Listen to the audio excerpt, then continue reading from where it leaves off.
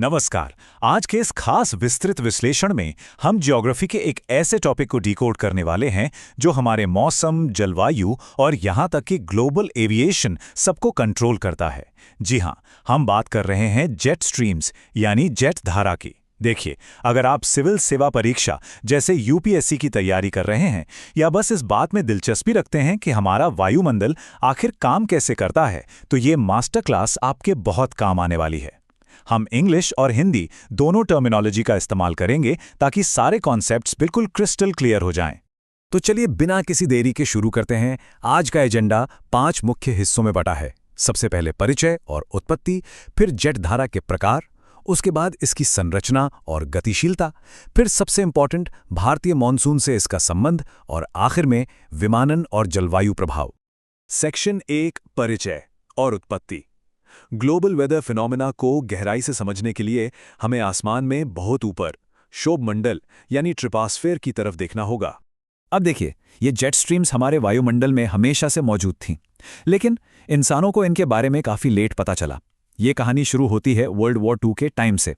1940s के दशक में जब अमेरिकी बॉम्बर्स जापान के ऊपर काफ़ी ऊंचाई पर उड़ रहे थे, तो उन्हें अचानक एक बहुत ही तेज़ और अनएक्सपेक्टेड हवा के बहाव का सामना करना पड़ा।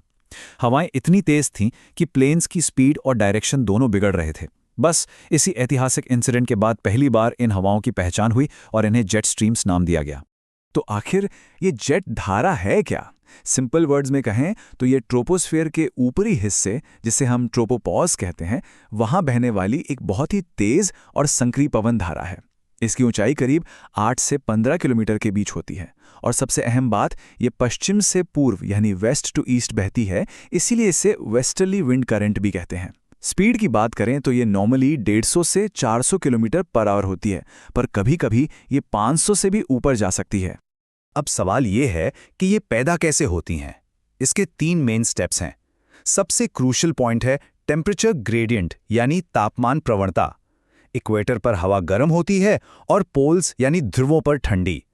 इस भारी टेम्परेचर डिफरेंस की वजह से ऊपरी वायुमंडल में प्रेशर का एक बड़ा अंतर पैदा होता है, जो एक तेज थर्मल विंड को जन्म देता है। दूसरा रीजन है ट्रोपोपॉज की ऊंचाई में फर्क। इक्वेटर पर यह 18 किलोमीटर ऊंचा है, जबकि पोल्स पर सिर्फ 8 किलोमीटर। इस ढलान की वजह से हवा और तेज बहती है।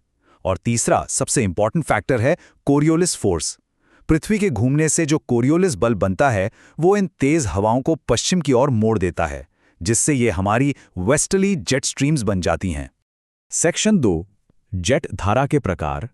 अक्षांश यानी लैटिट्यूड और ऊंचाई के बेसिस पर इनके प्रकार तय होते हैं और इनकी लोकेशन ही तय करती है कि पृथ्वी पर इनका कितना असर होगा। और ये टेबल इस पूरी पिक्चर को बिल्कुल साफ कर देती है। एग्जाम के पॉइंट ऑफ व्यू से ये चारों टाइप्स का तुलनात्मक विश्लेषण बहुत इंपॉर्टेंट है। पहली है पोलर फ्रंट जेट या पीएफजे, जो 50-60 डिग्री लैटिट्यूड पर 8 से 12 किलोमीटर की ऊंचाई पर बहती है। ये ठंडी और गर्म हवाओं के मिलने से बनती है और मिड लैटिट्यूड साइक्लोन्स को कंट्रोल करती है। दूसरी है सब ट्रॉपिकल जेट या एसटीजे, जो 25-30 डिग्री पर बहती है। ये काफ़ी तेज होती है और यही वो धारा है जो हमारे भारतीय मानसून को कंट्रोल करती है। तीसरी है ट्रॉपिकल ईस्टर्ली जेट या टीईजे। ये 10-15 डिग्री नॉर्थ पर बहती है। यहाँ एक कैच है, बाकी सब पश्चिम से पूर्व बहती हैं, लेकिन ये पूर्व से पश्चिम यानी ईस्टर्ली बहती है। और हाँ, ये सिर्फ गर्मियों में दिखती है। आखिरी है पोलर नाइट जेट, जो सीधे 90 डिग्री पोल्स पर स्ट्रेटोस्फेयर में 50 किलोमीटर की ऊंचाई पर बहती है, वो भी केवल ध्रुवीय सर्दियों में पोलर वॉर्टेक्स के साथ। सेक्शन 3, संरचना और गतिशीलता। आसमान में 15 किलोमीटर ऊपर ये जेट स्ट्रीम असल में दिखती कैसी है और बर्ताव कैसे करती है? सबसे पहले बात करते हैं जेट कोर की। इमेजिन कीजिए कि जेट स्ट्रीम हवा की एक बहुत बड़ी नदी है। इस नदी का जो बिल्कुल सेंटर का सबसे संकरा और सबसे तेज हिस्सा होता है, उसे जेट कोर कहते हैं। इसके आसपास हवा थोड़ी स्लो होती है, लेकिन कोर के अंदर हवा की रफ्तार 400 से 500 किलोमीटर प्रति घंटे के एक्सट्रीम लेवल तक पहुंच सकती है, लिटरली किसी बुलेट ट्रेन से भी ज्यादा तेज।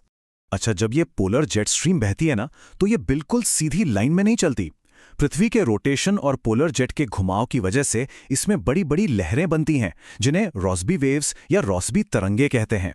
ये बहुत ही विशाल और थोड़ी स्लो एटमॉस्फेरिक वेव्स होती हैं। एक ही समय में पृथ्वी के चारों ओर ऐसी 3 से 7 तरंगे मौजूद होती हैं। और जब ये तरंगे स्लो हो जाती हैं या कहीं रुक जाती हैं तो ये भयानक एक्सट्रीम वेदर कंडीशन पैदा करती हैं, जैसे कि हफ्तों तक चलने वाली खतरनाक हीट वेव्स या फिर कोल्ड स्नैप्स। जेट स्ट्रीम की इसी डायनामिक्स से जुड़ा है एविएशन का एक बहुत बड़ा खतरा, जिसे कहते हैं क्लियर एयर टर्ब्यूलेंस या CAT। आपने कभी फ्लाइट में नोटिस किया होगा कि आसमान बिल्कुल साफ है, एक भी बादल नहीं है, और अचानक प्लेन को जबरदस्त झटके लगने लगते हैं। वो यही है। ये टर्ब्यूलेंस जेट धारा के किनारों पर होता है और इसे रडार पर भी नहीं देखा जा सकता। ये सच में एक इनविजिबल डेंजर है। इसीलिए कमर्शियल फ्लाइट्स ट्रोपोपॉज के आसपास उड़ते वक्त बहुत अलर्ट रहती हैं। सेक्शन 4, भारतीय मानसून से संबंध। इंडियन ज्योग्राफी के कॉन्टेक्स्ट में ये सेक्शन सबसे ज्यादा क्रिटिकल है। आइए देखते हैं कि कैसे ये हवाएं हमारे देश की बारिश डिसाइड करती हैं। सर्दियों और गर्मियों के पैटर्न का ये साइड बाय साइड कंपैरिजन देखिए। सर्दियों में मतलब अक्टूबर से मई के दौरान सब ट्रॉपिकल जेट STJ हिमालय के साउथ में बहती है। इससे इंडिया के ऊपर हाई प्रेशर बनता है, जिससे मानसून तो नहीं आता, लेकिन ये भूमध्य सागर से पश्चिमी विक्षोभ यानी वेस्टर्न डिस्टर्बेंसेस लेकर आती है। इसी से नॉर्थ इंडिया में सर्दियों की बारिश और बर्फबारी होती है। अब गर्मियों में क्या होता है? जून आते आते ये STJ हिमालय के नॉर्थ की ओर शिफ्ट हो जाती है। इंडिया के ऊपर से वो हाई प्रेशर हटता है और एक नई jet stream tropical easterly jet TEJ मजबूत हो जाती है, जो फाइनली हमारे दक्षिण पश्चिम मानसून को भारत की तरफ खींच लाती है। इस ट्रॉपिकल ईस्टर्ली जेट यानी TEJ के मैकेनिज्म को समझना बहुत ज़रूरी है। होता यह है कि गर्मियों में तिब्बत का पठार भयंकर रूप से गर्म हो जाता है। ये एक्सट्रीम हीट ऊपरी वायुमंडल में पूर्व की ओर बहने वाली हवाओं को जन्म देती है और यहीं से TEJ का निर्माण होता है। ये धारा जितनी मजबूत होगी, हमारा साउथ वेस्ट मानसून भी उतना ही दमदार होगा। लेकिन याद रखिएगा, ये सिस्टम केवल जून से सितंबर के बीच ही एक्टिव रहता है। सेक्शन 5, विमानन और जलवायु प्रभाव। चलिए अब इस पूरी थ्योरी को रियल वर्ल्ड इम्पैक्ट्स और ग्लोबल क्लाइमेट चेंज से कनेक्ट करके देखते हैं। क्या आप जानते हैं कि एक ही रूट पर जाने और वापस आने में फ्लाइट के टाइम में फर्क होता है? मान लीजिए आप न्यूयॉर्क से लंदन जा रहे हैं तो आपको लगेंगे करीब 7 घंटे, लेकिन जब आप लंदन से न्यूयॉर्क वापस आएंगे तो 8 घंटे लगेंगे। पूरे 1 घंटे का डिफरेंस। ऐसा सिर्फ जेट स्ट्रीम की वजह से होता है। ईस्ट की तरफ जाने वाले प्लेन्स इस तेज हवा की धारा के साथ उड़ते हैं तो उन्हें एक जबरदस्त तेल विंड मिलती है। इससे टाइम और फ्यूल दोनों बचते हैं, पर वापसी में उन्हें इस हवा के अगेंस्ट उड़ना पड़ता है। अब जो चीज़ इस स्लाइड में सबसे इंटरेस्टिंग है वो है एक्सट्रीम वेदर पर इसका असर। ये जेट स्ट्रीम्स वेस्टर्न यूरोप में साइक्लोन्स को रास्ता दिखाती हैं। कई बार इसका एक हिस्सा कटकर अलग हो जाता है, जिसे कट ऑफ लो कहते हैं, जो ब्लॉकिंग पैटर्न बनाता है। लेकिन सबसे डेंजरस सिचुएशन तब आती है जब पोलार जेट कमजोर पड़ जाती है। इसके वीक होने से ध्रुवों पर मौजूद पोलार वॉर्टेक्स टूट जाता है और जमा देने वाली ठंडी हवा सीधे नीचे की तरफ यानी साउथ की ओर बहने लगती है। इसी वजह से नॉर्थ अमेरिका और यूरोप में अचानक -40 डिग्री सेल्सियस वाले आर्कटिक ब्लास्ट्स आते हैं। और तो और नॉर्थ इंडिया में जो कड़ाके की शीतलहर आती है ना, उसका सीधा कनेक्शन भी इसी कमजोर पोलार जेट और पोलार वॉर्टेक्स से ही होता है। और अब क्लाइमेट चेंज इस पूरे सिस्टम को डिस्टर्ब कर रहा है। इसे आर्कटिक एम्प्लीफिकेशन कहते हैं। मतलब ध्रुव बाकी जगहों के मुकाबले बहुत तेजी से गर्म हो रहे हैं। इससे इक्वेटर और पोल्स के बीच का वो टेम्परेचर डिफरेंस कम हो रहा है। हमने शुरू में देखा था ना कि इसी डिफरेंस से जेट स्ट्रीम को ताकत मिलती है। तो जब ये डिफरेंस गिरेगा, जेट स्ट्रीम कमजोर होगी और बहुत ज्यादा वेवी यानी लहरदार हो जाएगी।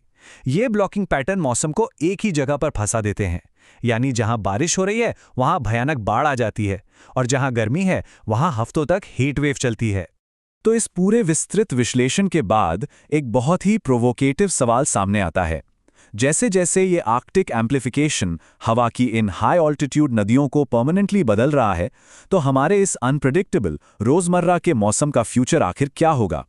क्योंकि जो बदलाव आसमान में हजारों मीटर ऊपर हो रहे हैं, उनका सीधा और गहरा असर नीचे जमीन पर हम सब पे पड़ रहा है। मौसम के इन अदृश्य नियंत्रकों पर अपनी नजर बनाए रखिए और इस बारे में जरूर सोचिएगा।